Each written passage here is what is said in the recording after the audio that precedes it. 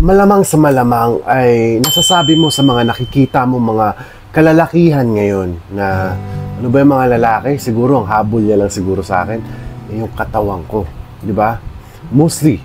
But hindi nyo ba alam, girls, once you enter a relationship ay may hinahabol pa ang isang lalaki na traits mo maliban sa pangangatawan o sa itsura or sa kahit anumang physical attractiveness mo.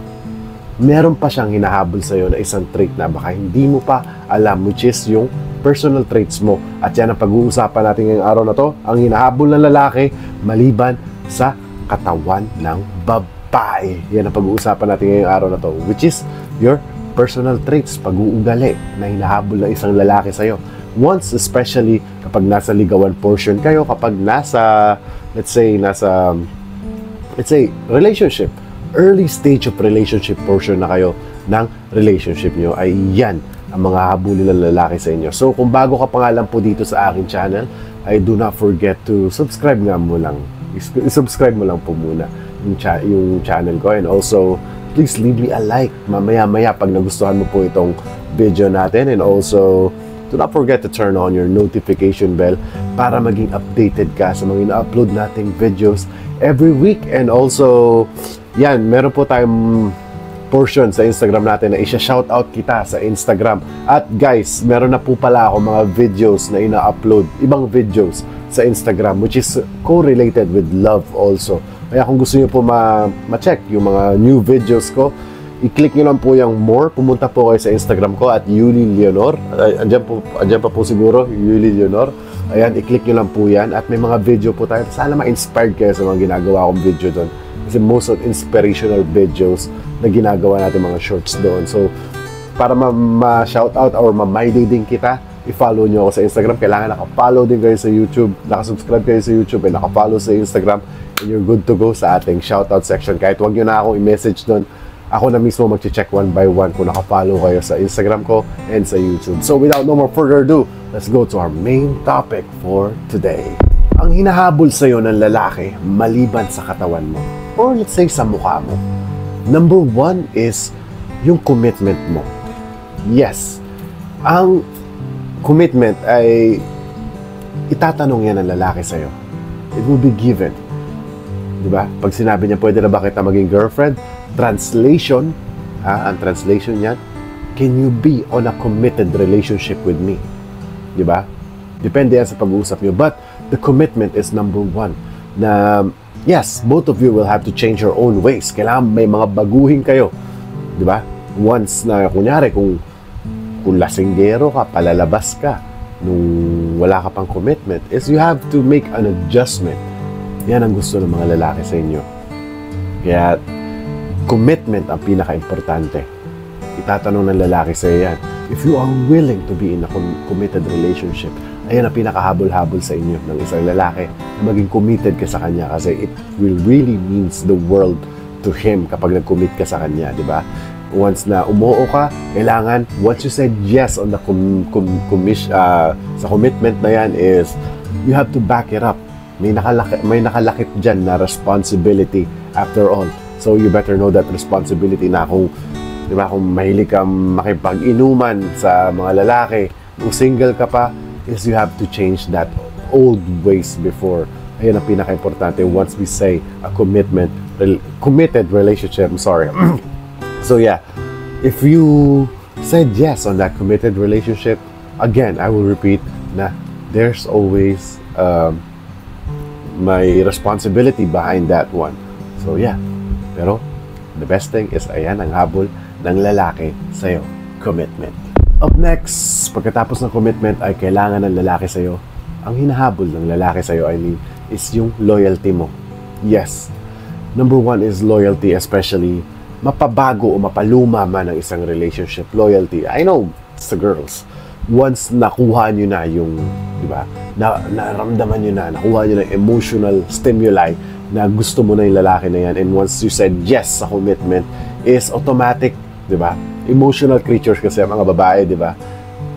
Automatic na yung loyalty sa inyo. But sa ang mga lalaki, they need to confirm that one. Kasi medyo may mga katangahan din kasi mga lalaki minsan na hindi namin nagigets if Kasi may mga outspoken word na mga hindi sinasabi ng babae na committed na siya pero hindi niya sinasabi. So mga lalaki medyo may katangahan na hindi rin namin mag-gets, hindi rin namin ma-pick up sometimes. So yeah, you can just show it on a big way, di ba? May mga paraan naman para mapakita mo sa partner mong lalaki na loyal ka. But trust me, ayan ang pinaka number one na gusto ng isang lalaki sa'yo, is you being so loyal sa relasyon na yan.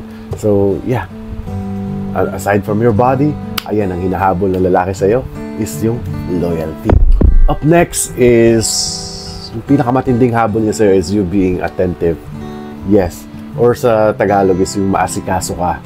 Kasi once you are a attentive type of person, or maasikaso in Tagalog, is you will reflect for the future. Magbibigay ka ng reflection sa kanya kung ano ka na in the future pag nakasama ka niya. Kasi once na maasikaso ka, let's say, pagkatapos siya ng trabaho, di ba, you will serve him. And how do you serve that guy? By cleaning the house and cooking for him. Hindi yan pag-aalila. Again, hindi po yan pag-aalila. Every gender has a gender roles. Kada gender ay meron po mga trabaho, mapalalaki or mapababae. May trabaho po yan. Hindi po yan, pag nagsama po kayo sa isang relationship or nagpakasal, hindi po yan always sunshine and party and rainbow every day. It's a commitment and loyalty at it's a job. Trabaho po yan. Trabaho pa rin po yan. And yes, you have to, you need to know your responsibility when it comes to that. So, if you are, one of that traits is being attentive at maasikaso mo. Yung pagiging maasikaso mo. Ayan ang pinaka-best traits na mai-offer mo sa isang lalaki. And yes, gustong-gusto rin po ng mga lalaki yan na maasikaso sila. Kasi once pagod sa biyahe, nagtatrabaho, gusto na niya, example, pagluluto. Paglutuan mo siya ng food. After that one, di ba? Yan, pinaka-favorite namin yan. And yes, he will feel like he fulfill his life. Minsan nga, mapapasabi pa nga yung lalaki na, pwede na ako mamatay. Just kidding. Pwede na ako madedo, di ba? Pwede na ako madedo kasi ginagawa na to ng misis ko sa akin, ng girlfriend ko sa akin. Napakaswerte ko. So, yeah, yan ang pinaka-main habol rin ng isang lalaki sa'yo. Ikaw ay being masikaso or attentive. Up next is you having a wife traits. Di ba? Nasa umpisa pa lang ng pagsasama ninyo ay nagpapakita ka na ng mga wifey tendency na pang-asawahan ka na, di ba? Pang-missus quality ka na. Uy, lalo na napakaswerte mo na magiging missus quality ka kapag yung lalaki ay, di ba, successful na sa buhay, di ba? Naku, wag mo na papakawalayan ate ko. Ako na nagsasabi sa'yo. So, if you will show a wife traits, and which is gustong-gusto ng mga lalaki, yan yung hinahabol ng mga lalaki sa mga babae. Especially sa early stage ng mga relationship, kapag nagpakita ka ng mga wifey traits, kagaya ng marunong ka na sa bahay mo, pag binisita ka niya sa bahay mo, di ba?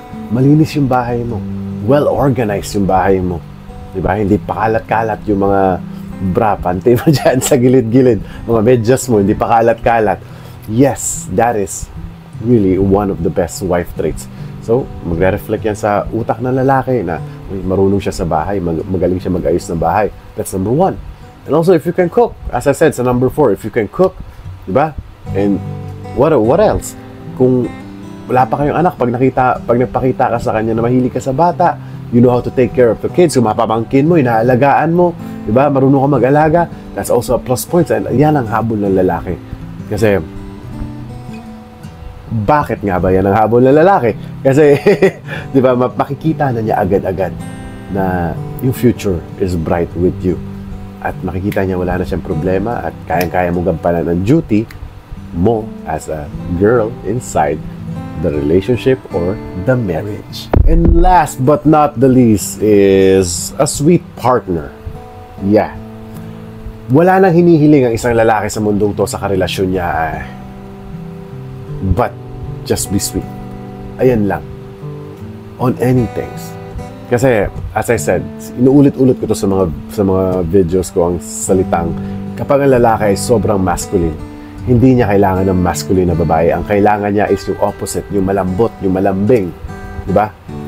Ganon ang gusto ng isang lalaki. So, yes, napufulfill mo yung yung responsibility mo bilang babae sa isang relationship once you show a feminine quality sa isang lalaki, which is if you are so sweet on that guy.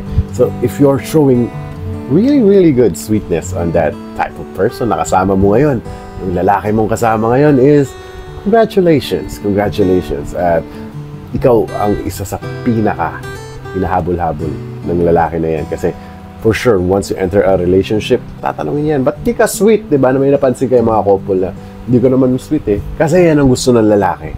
Sweet na babae. Kasi yeah, diba sometimes. And then, sometimes, pag may mga hindi sweet na babae, laging kinukulit yan ng lalaki. For sure, diba? So, yeah. That is the main quality of a real feminine woman, is you being sweet para, diba? Maakit at hahabulin pa ng lalaki maliban sa katawan mo, kundi yung mga traits, diba, na pinakita mo sa kanya. So sana may natutunan na naman po kayo ngayon sa ating video na to, at kung nagustuhan mo ang ating video, please leave me a like, and also do not forget to subscribe to this channel, and also do not forget to turn on your notification bell para maging updated ka sa mga ina-upload nating videos every week. And also, yeah, just keep writing down your comments at some next week na po, promise, next week andyan na po yung editor ko, masusulat na po niya yung mga shoutout, at yeah, para mabati na po kayo. Just keep writing down your comment right now, at nakaipon lang po yan, at mag-scroll down tayo at isa-isahin ko po yan, at isa-isahin pala ng editor ko hindi pala ako, isa-isahin niya yan para makuha po, ma-accommodate po lahat ng mga shoutout ninyo. So just keep writing down your comment at ako po bahala next week. And also, yan, may mga videos na po tayo sa Instagram. Yan, i-follow nyo na po ako sa Instagram. May mga videos na po tayo doon. Click nyo lang po yung more dyan sa baba.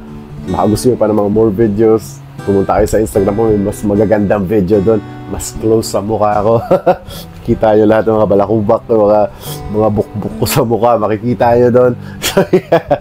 So, we're also giving love advice doon sa Instagram. So, yeah, just follow me on Instagram, at para masama rin kayo sa shoutout doon sa My Day ko sa Instagram next week. And also, para makita nyo rin yung personal life ko as an OFW dito sa South Korea. So, once again, maraming salamat sa panonood, at lagi nyo tatandaan, Aishiteru Saranghe, mahal na mahal ko kayo.